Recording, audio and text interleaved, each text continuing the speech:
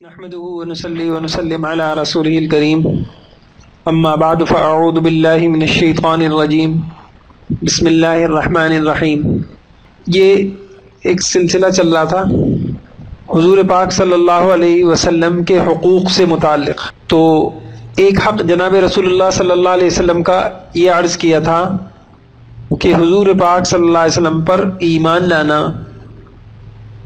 اور دوسرا حق درود شریف پڑھنا، اور تیسرا حق حضور اقدس صلی اللہ علیہ وسلم سے وابستہ ہر چیز کا ادب کرنا۔ چونکہ یہ بہت اہم بات تھی تو اس کو میں ذرا تفصیل سے عرض کروں گا، کیونکہ ہمارا دین اس کا سارا مدار ادب پر ہے، با ادب با نصیب۔ جس کو ادب نصیب ہو گیا، آپ یقین جانیں کہ بے ادبی کی وجہ سے نسلیں محروم ہو جاتی ہیں۔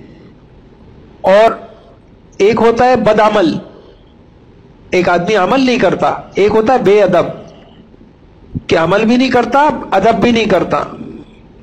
تو بے ادبی جو ہے اللہ کی بارگاہ میں بہت سخت جرم ہوتا ہے۔ تو اللہ رب العزت نے کیسے ہمیں ادب سکھایا کہ دیکھو اللہ کے نبی کا کیا ادب کرنا ہے، لا تقدموا بین یدی اللہ ورسولہ، اللہ کے رسول کے آگے نہ بڑھو۔ اور کیسا اللہ کے نبی کے جو صحابہ تھے ان کی تربیت ایسی ہوئی تھی، ان کی زندگی میں ایسا ادب تھا کہ انشاءاللہ میں آج کچھ تفصیلی واقعات عرض کروں گا، تو آپ دیکھیں کیسا ان کی زندگیوں میں ادب تھا، اور اس ادب کی بنا پر وہ کہاں سے کہاں پہنچے۔ حضور صلی اللہ علیہ وسلم کی وصال کے بعد منبر نبوی تو وہی تھا، اب ظاہری بات ہے کہ دوسرے خلیفہ آئے، ابو بکر رضی اللہ عنہ آئے، حضرت عمر رضی اللہ تعالیٰ عنہ آئے، حضرت عثمان رضی اللہ عنہ آئے۔ ادب کا حال یہ تھا کہ ممبر کی جیسے 3 سیڑھیاں ہوتی ہیں، تو حضور صلی اللہ علیہ وسلم جب خطبہ دینے کے لیے آتے تو سب سے اوپر کے درجے پہ بیٹھتے۔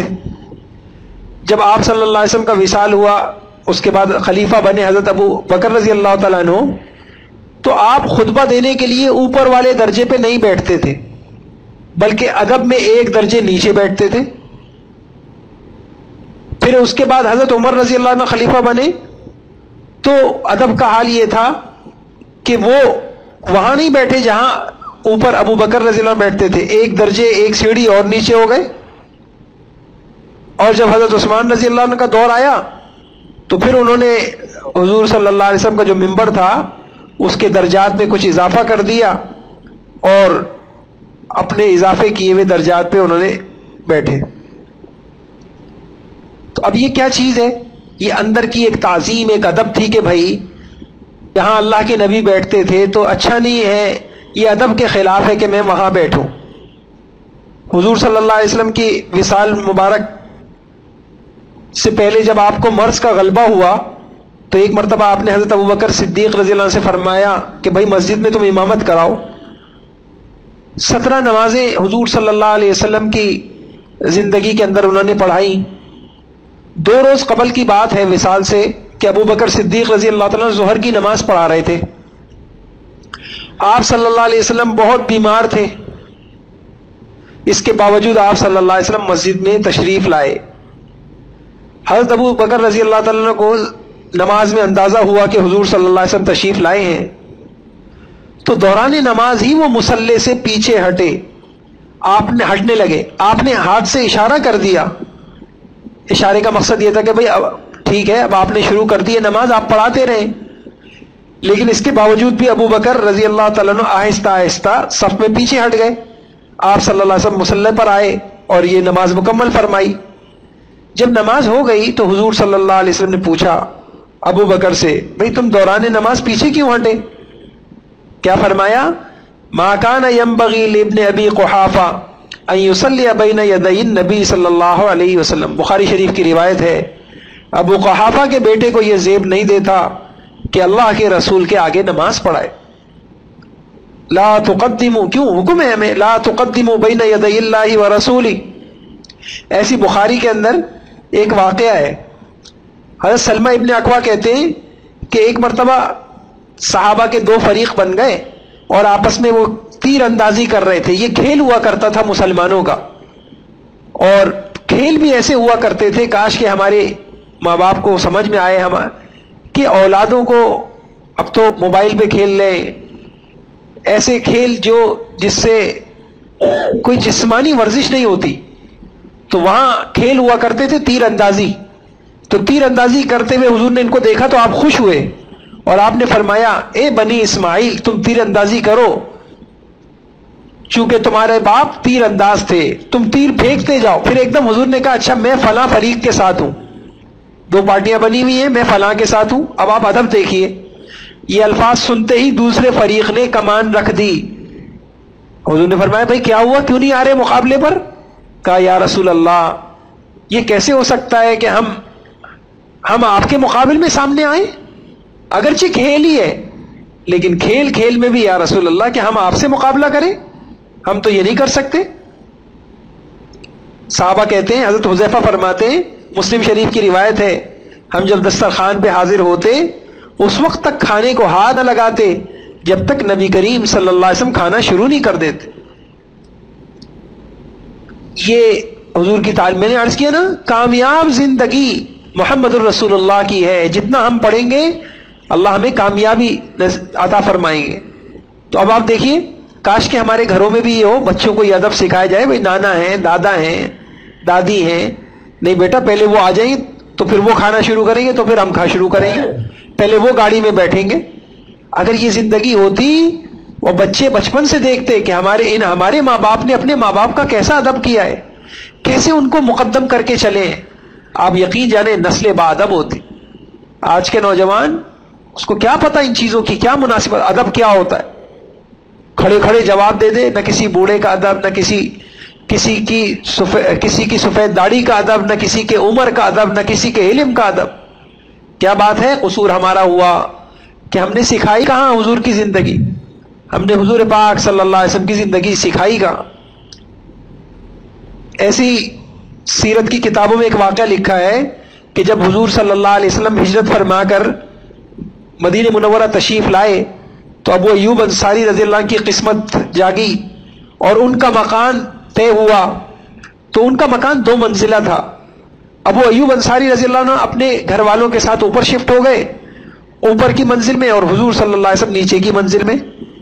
ایک رات سوتے سوتے ایک دم رات کو ان کو اچانک آنکھ کھلی تو ایک دم حضرت ابو ایوب انصاری رضی اللہ عنہ کو دل میں ایک خیال آیا کہ نبی کریم صلی اللہ علیہ وسلم نیچے ہیں اور میں اوپر، یہ تو بے ادبی ہو گئی. اللہ اکبر. چنانچہ بستر سے اٹھ کر کمرے کی دیوار کے ساتھ چپک کر کھڑے ہو گئے. بستر سے اٹھے اور کمرے اتنے بڑے تھوڑی ہوتے تھے، اور نیچے حضور اور میں اوپر. حتیٰ کہ صبح ہو گئی. جب نبی کریم صلی اللہ علیہ وسلم کی خدمت میں حاضر ہوئی تو بہت اصرار کر کے، نہیں یا رسول اللہ آپ اوپر آ جائیں، آپ اوپر آ جائیں، میں یہ بے ادبی برداشت نہیں کرتا. ادب اس ادب نے صحابہ کو کہاں سے امام بنایا. ایسی شمائل ترمذی میں ایک واقعہ لکھا ہے، حضرت علی رضی اللہ تعالیٰ عنہ حضور صلی اللہ علیہ وسلم کی محفل کا نقشہ کھینچتے. جس وقت نبی کریم صلی اللہ علیہ وسلم کلام شروع کرتے، کوئی بات شروع کرتے، آپ کے صحابہ سر جھکا لیتے اور ایسے بیٹھ جاتے جیسے ان کے سروں پر پرندے بیٹھے ہوں. جب آپ خاموش ہو جاتے تب حاضرین میں سے کوئی ایک کلام کرتا اور دوران گفتگو کوئی آپ سے بحث مباحثہ نہیں کرتا. بعض روایتوں میں آتا ہے کسی کی ہمت نہیں ہوتی تھی اور کوئی ایسی بے ادب نہیں تھے کہ آنکھ میں آنکھ حضور کے ڈال کے بات کرے. ایک مرتبہ ترمذی، یہ میں سارے آپ کو بالکل صحیح سند اور مستند واقعات عرض کر رہا ہوں، ادھر ادھر کی کہانیاں نہیں. حضرت عمر رضی اللہ تعالیٰ عنہ اپنے دور خلافت میں انہوں نے کچھ وظیفہ الاؤنس جس کو آپ کہتے ہیں کچھ مقرر کیا بعض لوگوں کے لیے. تو اپنے بیٹوں کے لیے عبداللہ ابن عمر کے لیے 3000 درہم سالانہ مقرر کیے کہ بیت المال سے عبداللہ ابن عمر کو اتنا ملے گا. اور حضرت اسامہ بن زید حضور کے لیے پالک، ان کے لیے 3500 درہم مقرر کیے، یعنی زیادہ مقرر کیا. تو عبداللہ ابن عمر رضی اللہ عنہ نے عرض کیا کہ آپ اپنے والد سے کہ آپ نے اسامہ ان کا تو اتنا مقرر کیا اور میرا ان سے کم، تو کیا جواب دیا؟ فرمایا اسامہ اس کا باپ تیرے باپ سے اور وہ خود تجھ سے زیادہ نبی کریم صلی اللہ علیہ وسلم کو پیارا تھا. اس کے باپ کو، اس کا باپ تمہارے باپ سے، اور وہ خود تم سے حضور کو زیادہ پیارا تھا، تو ہماری یہاں تو ساری نسبتیں حضور پہ دیکھی جائیں گی، بس جس کو جو حضور کا پیارا تھا اس کو میں زیادہ دوں گا، چاہے وہ میرا بیٹا نہ ہو۔ تو یہ کچھ نمونے میں نے آپ کو دکھائے۔ لا تقدموا، نبی سے آگے مت بڑھو۔ اور ایسی قرآن ہمیں ایک ادب اپنے نبی کا یہ سکھاتا ہے، لا ترفعوا اصواتکم فوق صوت النبی، نبی کی آواز سے اپنی آوازوں کو اونچا مت کرو۔ جب یہ آیت نازل ہوئی تو حضرت ابو بکر رضی اللہ عنہ کہنے لگے کہ یا رسول اللہ، اللہ کی قسم اب تو میں آپ سے اس طرح بات کروں گا جیسے کوئی سرگوشی کرتا ہے۔ اس واقعے کے بعد حضرت عمر بہت ہی دھیمی آواز سے حضور کے ساتھ بات کیا کرتے تھے، بلکہ بخاری شریف میں ایک واقعہ لکھا ہے کہ انصار کے خطیب تھے ثابت ابن قیس، جب انہوں نے یہ آیت سنی لا ترفعوا اصواتکم فوق صوت النبی، وہ گھر بیٹھ گئے، کئی دن ہو گئے گھر سے نکل ہی نہیں رہے۔ حضور صلی اللہ علیہ وسلم نے پوچھا بھائی وہ ثابت بن قیس نظر نہیں آ رہے، کیا حال ہے؟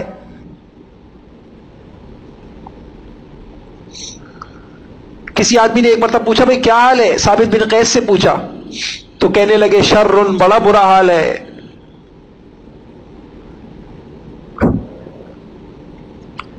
میں نے تو نبی کریم صلی اللہ علیہ وسلم کی آواز سے بلند آواز کر دی، اور قرآن میں آتا ہے جس کی آواز حضور کی آواز سے بلند ہو گئی اس کے تو سارے عمل ضائع ہو گئے۔ اس نے جب یہ صورتحال دیکھی تو حضور صلی اللہ علیہ وسلم کو جا کے بتا دیا، یا رسول اللہ وہ تو ڈر کے مارے آ نہیں رہے گھر سے باہر۔ اللہ کے نبی کو جب پتہ چلا کہا نہیں ان کو جا کے کہہ دو انک لست من اہل النار ولکنک من اہل الجنہ، تم جہنمیوں میں سے نہیں ہو، تم تو جنتیوں میں سے ہو۔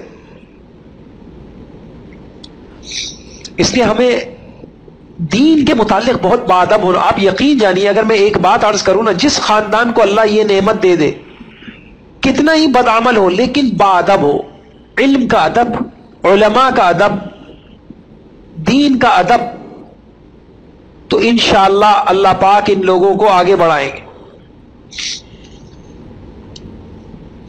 امام مالک رحمت اللہ علیہ کتنے باادب تھے، کیسا ان کے اندر مسجد مدینہ منورہ میں خلیفہ ہے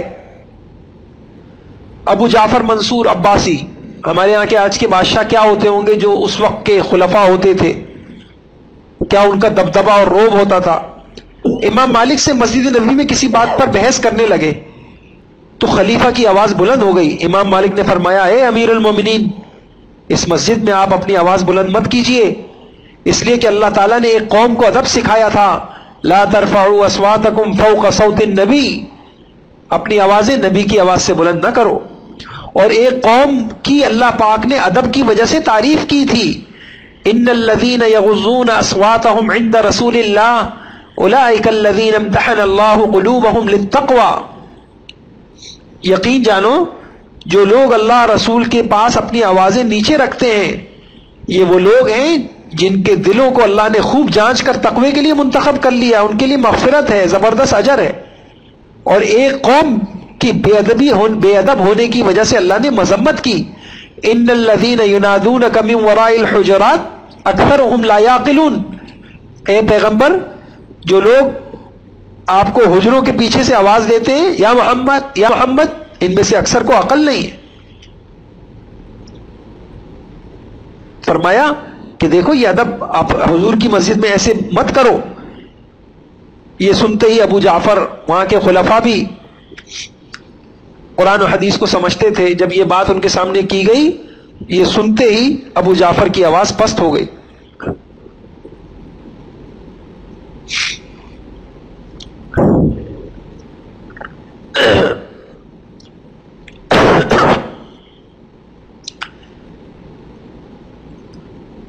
ایک مرتبہ حضرت عباس رضی اللہ تعالیٰ عنہ نبی کریم صلی اللہ علیہ وسلم کے چچا، عمر میں بڑے تھے تھوڑے، ایک مرتبہ نبی کریم صلی اللہ علیہ وسلم نے ان سے پوچھا یا عما انت اکبر منی، اے میرے چچا کیا آپ مجھ سے بڑے ہیں، میں بڑا ہوں یا آپ بڑے ہیں؟ اللہ اکبر. ادب دیکھیے, یہ الفاظ سنتے ہی حضرت عباس تڑپ اٹھے اور عرض کیا انا اسن و رسول اللہ اکبر. نہیں, میری عمر زیادہ ہے اور اللہ کے رسول مجھ سے بڑے ہیں. عام بول چال میں بھی اتنا ادب.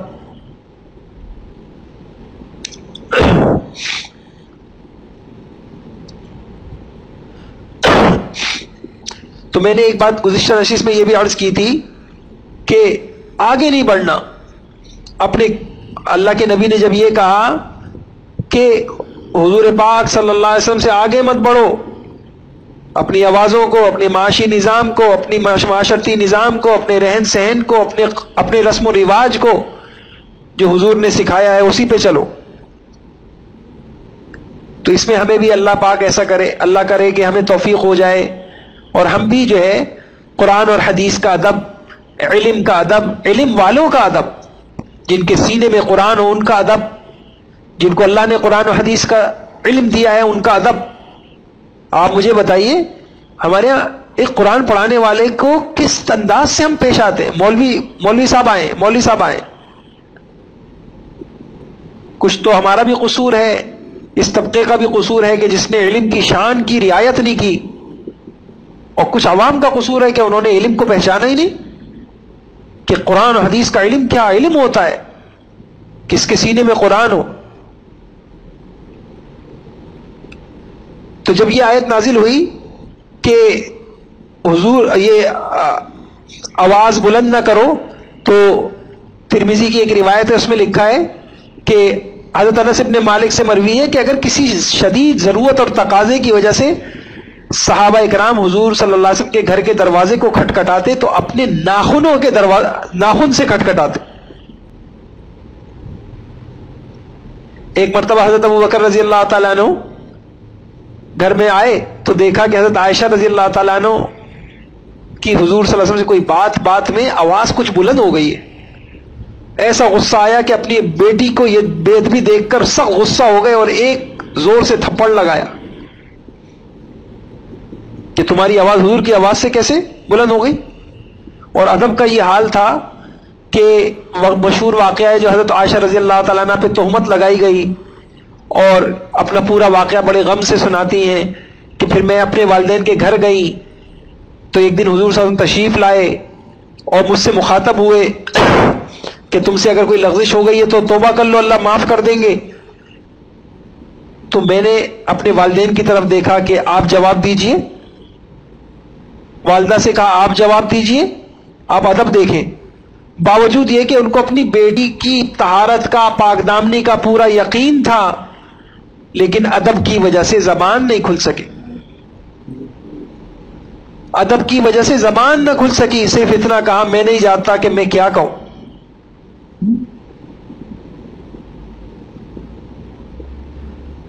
بس اوقات مسجد نبوی کے کسی قریب میں کوئی مکان میں کوئی کیلے ٹھوک رہا ہوتا, حضرت عائشہ کو آواز آتی تو فرما دیتی کہ جاؤ ان سے کہو کہ رسول اللہ کو ایذا مت دیں. حضرت علی رضی اللہ عنہ کو اپنے مکان کے گھر کے لیے لکڑی کا دروازہ بنانا تھا, تو جو کاریگر سے انہوں نے طے کیا کہ دیکھو مکان کا دروازہ جو ہے وہ تیار تو تم کرنا دور جگہ جا کر, یہاں آگے نہیں تیار کرنا, دور تیار کرنا تاکہ حضور صلی اللہ علیہ وسلم کو تکلیف نہ ہو. ایک مرتبہ بخاری شریف میں یہ واقعہ لکھا ہوا ہے کہ حضرت صاحب کہتے ہیں کہ میں مسجد نبوی میں کھڑا ہوا تھا, کسی نے میری طرف کنکریاں پھینکی, میں نے دیکھا حضرت عمر ہے, آپ نے دو آدمیوں کی طرف اشارہ کر کے کہا کہ یہ جو دو آدمی باتیں کر رہے ہیں نا اونچے اونچے ان کو بلا کے لاؤ. جب وہ دونوں آدمی آ گئے تو حضرت عمر نے پوچھا تم کہاں کے ہو؟ انہوں نے کہا ہم طائف کے ہیں. فرمایا اگر تم مدینے کے ہوتے نا تو میں تمہاری پٹائی کرتا, تم حضور صلی اللہ علیہ وسلم کی مسجد میں اونچی آواز سے باتیں کر رہے ہو.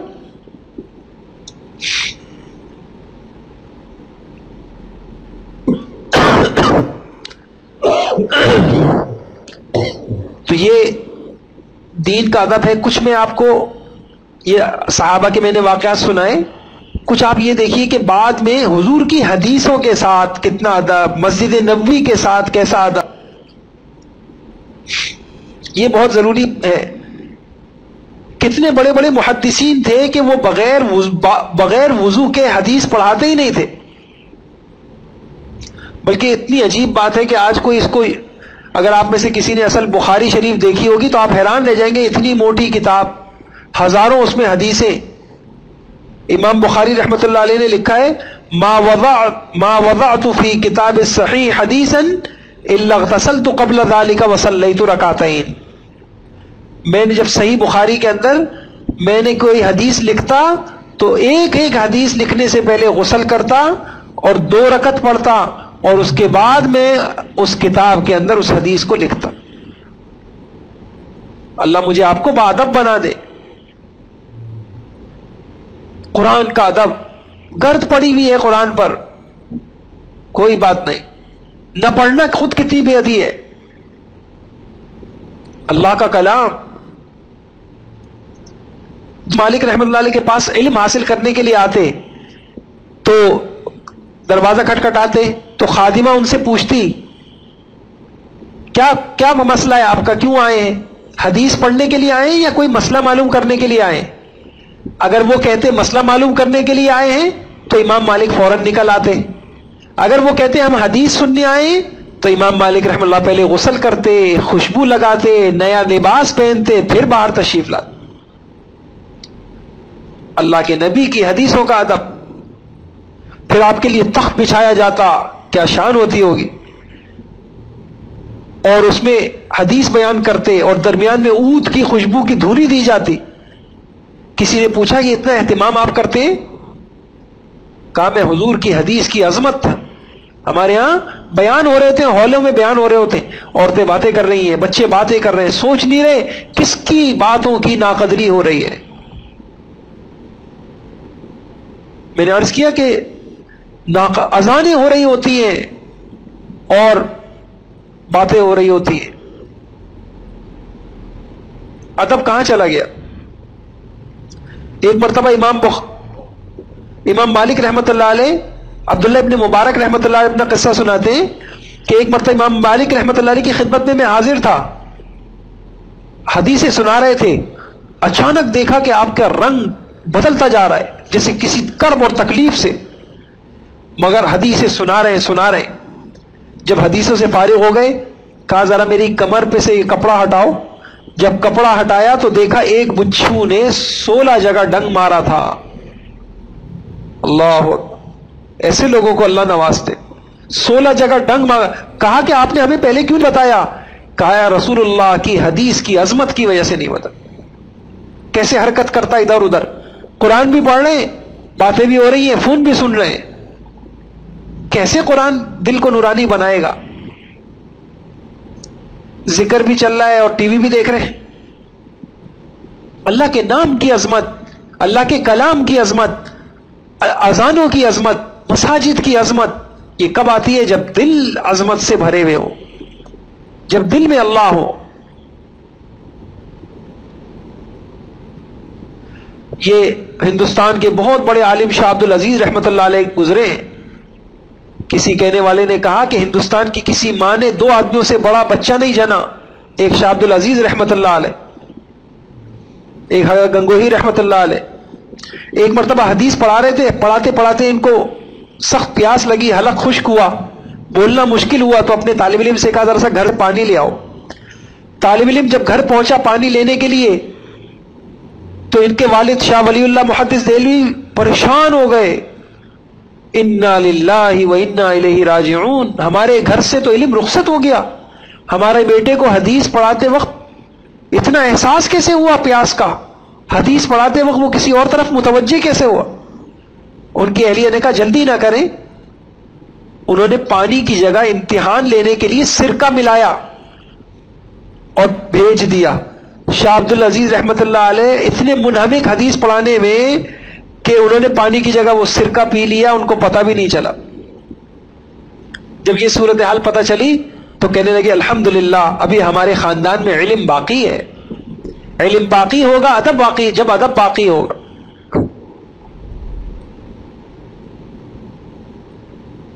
سعید ابن مسیب رحمۃ اللہ علیہ اونچے درجے کے تابعین ہیں، بیمار تھے، سخت لیٹے ہوئے تھے، کسی نے ایک حدیث ان سے پوچھ لی، فوراً اٹھ کے بیٹھے، حدیث بیان کی۔ کہنے والے نے کہا آپ نے اتنی تکلیف کیوں فرمائی؟ فرمایا میں اس کو پسند نہیں کرتا کہ حضور کی حدیث کروٹ کے بل لیٹے لیٹے سنا دوں۔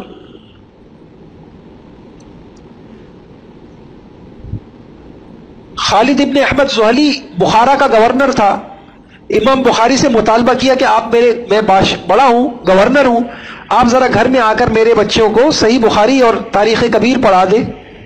سنیے ذرا، یہ ہم بھی کیا کرتے، ہمیں گھر آ کے قرآن پڑھا دیجیے، اتنا مجھے افسوس ہوتا ہے، ہمارے بچے کو گھر آ کے قرآن پڑھا دے، اسکول جائے گا پڑھنے کے لیے، قرآن پڑھے گا گھر پہ۔